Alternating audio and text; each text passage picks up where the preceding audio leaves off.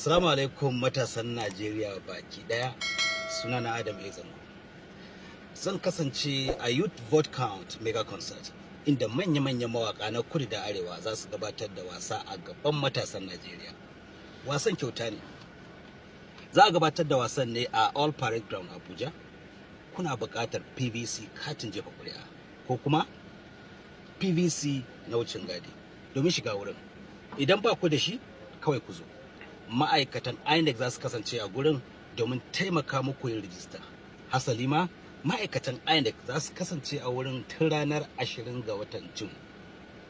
Za su kasance a filin wasan na All Parade Ground Abuja domin yin rijistar mutane baki daya.